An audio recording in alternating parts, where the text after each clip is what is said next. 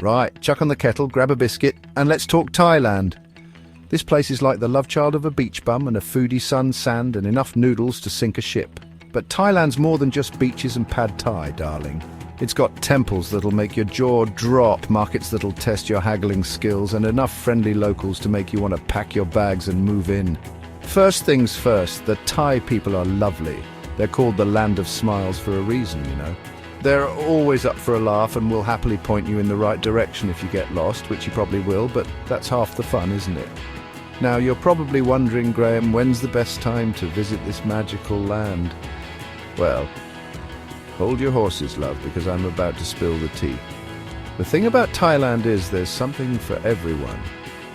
You've got your bustling cities like Bangkok, where you can shop till you drop and then grab yourself a delicious plate of street food. Then you've got your chilled-out islands, perfect for topping up your tan and sipping cocktails with little umbrellas in them. And let's not forget the north, with its lush jungles and elephant sanctuaries. So are you ready for an adventure? Because Thailand's calling, and believe me, you don't want to miss this. Right, let's talk timing. Because nobody wants to be caught in a monsoon downpour while trying to find a decent pad see ewe, do they? Generally speaking, November to April is your best bet, sunshine seekers. Think blue skies, balmy evenings, the lot. Perfect for lounging on beaches, exploring temples without melting, and generally having a grand old time. But if you're a bit of a bargain hunter, and let's face it, who isn't, consider shoulder season April to May, September to October. You might get the odd shower, but you'll also get cheaper flights and fewer crowds. And less competition for that prime sun lounger, darling. Now, June to August is when the monsoon really kicks off, especially in the south. I'm talking torrential downpours, the works, but this is also when the islands are their greenest and most lush. So if you don't mind a bit of rain and fancy feeling like you're in Jurassic Park, go for it. Just remember, Thailand's a big place and the weather can be a right fickle friend. So do your research, check the forecast, and pack an umbrella just in case. You never know when you might need it, eh? Listen, I'm not one for overpacking, but there are a few essentials you'll need for a Thai adventure. First off, sun cream factor 50. None of that factor 15 nonsense. We're going for lobster red, not lobster dead. Next, insect repellent. Those mosquitoes are ruthless, darling, and trust me, you don't want to be scratching your ankles for the entire holiday. Now for clothes, keep it light and breezy. Think shorts, t-shirts, and those ridiculously comfy elephant pants. You know the ones I mean. Don't forget a good pair of walking shoes, though. You'll be doing a lot of exploring, and those flip-flops won't cut it when you're trekking through temples or navigating bustling markets. And speaking of markets, pack a reusable bag. Thailand's making strides in reducing plastic, and it's good to do your bit in it. Finally, don't forget your sense of adventure and a healthy appetite. You'll need both in Thailand, trust me. Right, transportation in Thailand is an adventure in itself. Let's start with the iconic tuk-tuk. These three-wheeled chariots are a right laugh and a great way to zip through traffic. Just make sure you haggle on the price before you hop in, or you'll be taken for a ride. Literally. For longer distances, trains are your best bet. They're surprisingly comfortable, efficient, and a great way to see the countryside. Plus, you can grab yourself a cold beer and watch the world go by. It's practically mandatory, darling. Now, if you're heading to the islands, and you should, ferries are the way to go. They're cheap, cheerful, and offer stunning views of the coastline. Just be prepared for a bit of a bumpy ride if the sea's feeling a bit choppy. And of course, you can't forget about the good old-fashioned walk.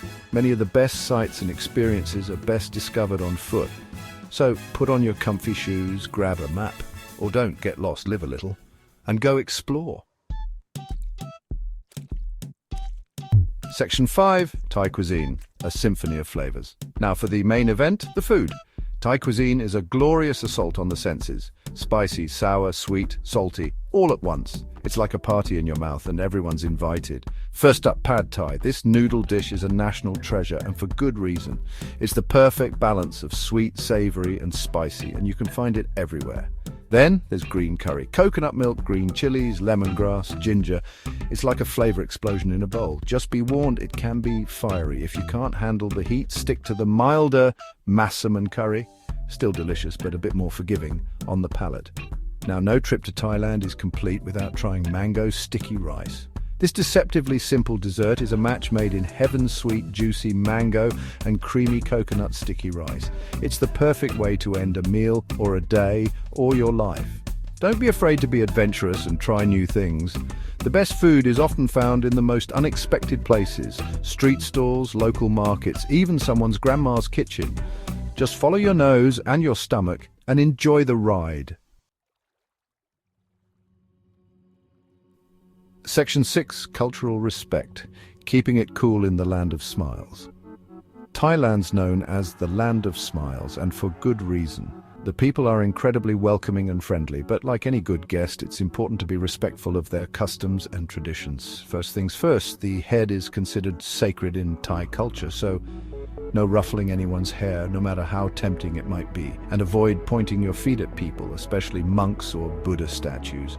It's considered incredibly rude. When greeting someone, a simple Y will do. Place your hands together in a prayer-like gesture and bow your head slightly. Now, when it comes to temples, dress modestly. No short shorts or revealing tops, love. Think shoulders and knees covered, and always remove your shoes before entering a temple building. Oh, and one last thing, don't lose your cool. Thais value calmness and composure.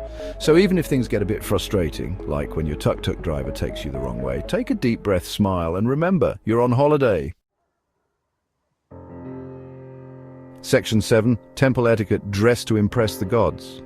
Right, temples, they're stunning, spiritual, and let's be honest, a great photo opportunity. But remember, these are holy places, so a bit of respect goes a long way. First off, the dress code. Keep those shoulders and knees covered, darlings. Leave the short shorts and strappy tops at the hotel, yeah? Think loose-fitting clothes in breathable fabrics. Trust me, you'll thank me when you're not sweating buckets in the midday sun. Now, shoes. Off they come. Before entering any temple building, you'll usually find a designated shoe rack near the entrance. And don't even think about putting your feet up on the furniture, no matter how comfy it looks. That's a big no-no. When you're inside, keep your voice down and your behavior respectful. No shouting, running around, or generally carrying on like you own the place. And remember, Buddha images are sacred, so no touching, climbing, or posing for selfies with them. It's just not the done thing, love. Section 8. Shopping extravaganza, from floating markets to night bazaars. Calling all shopaholics. Thailand's a retail paradise, from bustling floating markets to vibrant night bazaars. You'll find everything here, from silk scarves and elephant pants to hand-carved souvenirs and questionable knockoffs. The key? Haggle, darling, haggle. It's expected, and it's all part of the fun. Start by offering about half of the asking price and see where you end up. Be friendly, be firm, and don't be afraid to walk away if you're not happy with the price. Chances are they'll chase after you with a better offer. For a truly unique experience, check out one of Thailand's famous floating markets. Imagine browsing for souvenirs from a little wooden boat, haggling with vendors over the sound of lapping water. It's retail therapy with a side of culture, darling. And let's not forget about the night markets. As the sun sets, these bustling bazaars come alive with food stalls, live music, and a vibrant atmosphere. It's the perfect place to pick up some souvenirs, grab some dinner, and soak up the electric atmosphere. Section 9 Thailand, you'll be back for more, probably the pad thai. So there you have it, darlings. Thailand, land of smiles, spices, and enough adventures to last a lifetime. From the bustling streets of Bangkok to the tranquil beaches of the islands, Thailand's got something for everyone. You'll be wowed by the stunning temples, charmed by the friendly locals, and stuffed to the gills with delicious food. And who knows, you might even come back with a new pair of elephant pants or two. Just remember to pack your sense of adventure, your appetite for the unexpected, and maybe an extra suitcase for all the souvenirs. Thailand's calling, darlings, and trust me, you don't want to miss this. Now, if you'll excuse me, I've got a plate of pad thai with my name on it.